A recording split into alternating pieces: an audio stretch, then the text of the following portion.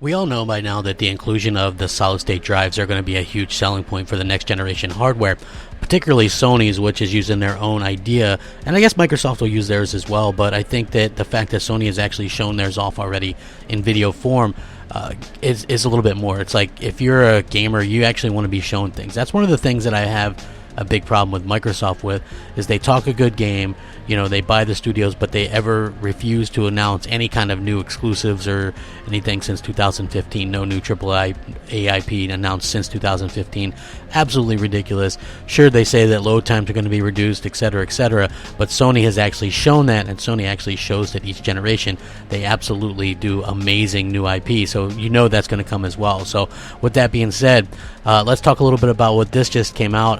Honestly, this sounds incredible, and I can't wait to talk about it. Hey, what's up everybody? Crapgamer here with Crapgamer Reviews. Go ahead and hit that like button, share it out, and if you really enjoy the content, hit the bell so you're notified of everything as soon as it drops. That's very important. So everybody's excited about the next generation of consoles. Dev kits are out. We know that. Codemasters has the PS5 dev kit. They're a third-party developer, so these things are well out in the wild.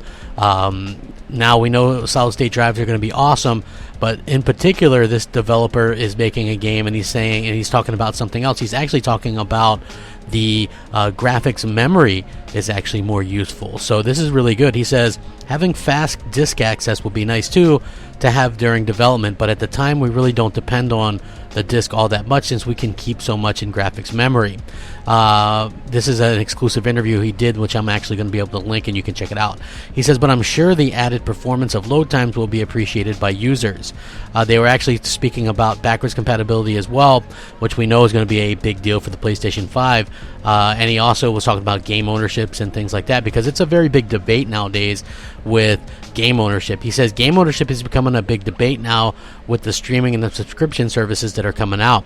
That said, we come from a generation that thought they were buying a game and not a license to play the game. So we're definitely excited by backwards compatibility, and it's great to see console makers embrace it, but I'm also really interested to see how the industry evolves in this area.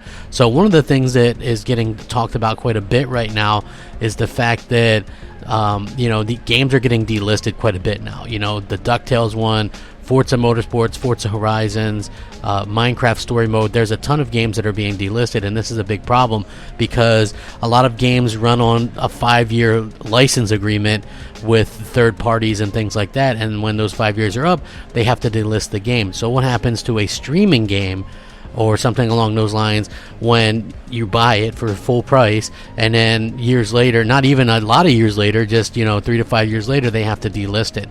I think that's a bit of a problem, and that's what he addresses here. So hopefully there's a solution for it going forward. But like I said, I will link this. They're excited about the memory. I'm excited about that too, because I think anything that actually helps us be immersed more into the game, like low load times or smarter AI or bigger worlds, it's a definite bonus. Let me know what you think. Rate, comment, subscribe. As always, thank you so much for watching. Have a fantastic day. Crapgamer out.